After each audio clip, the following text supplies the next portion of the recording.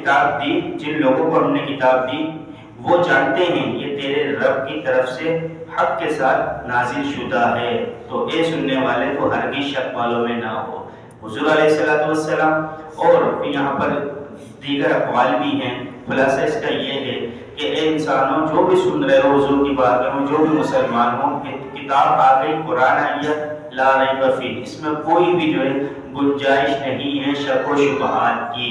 اب ہمیں کسی اور کی ضرورت نہیں ہے، اب ہم فیصلہ مانیں گے قرآن کا، اللہ کا اور اس کے حبیب کا، بس باقی اور دیگر کے فیصلے کی ہمیں ضرورت نہیں۔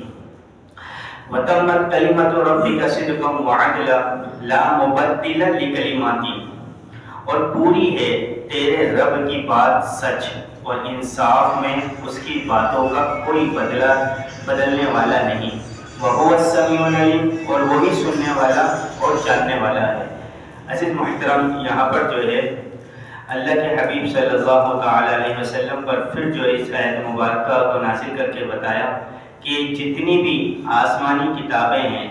ان سب سے افضل جو کتاب ہے وہ قرآن عظیم ہے۔ اب یہ ایسی کتاب ہے قیامت تک باقی رہنے والی ہے، اب اس میں جو ہے کوئی بھی رد و بدل نہیں ہو سکتا، یہ رب تبارک و تعالی کی طرف سے حق کتاب ہے۔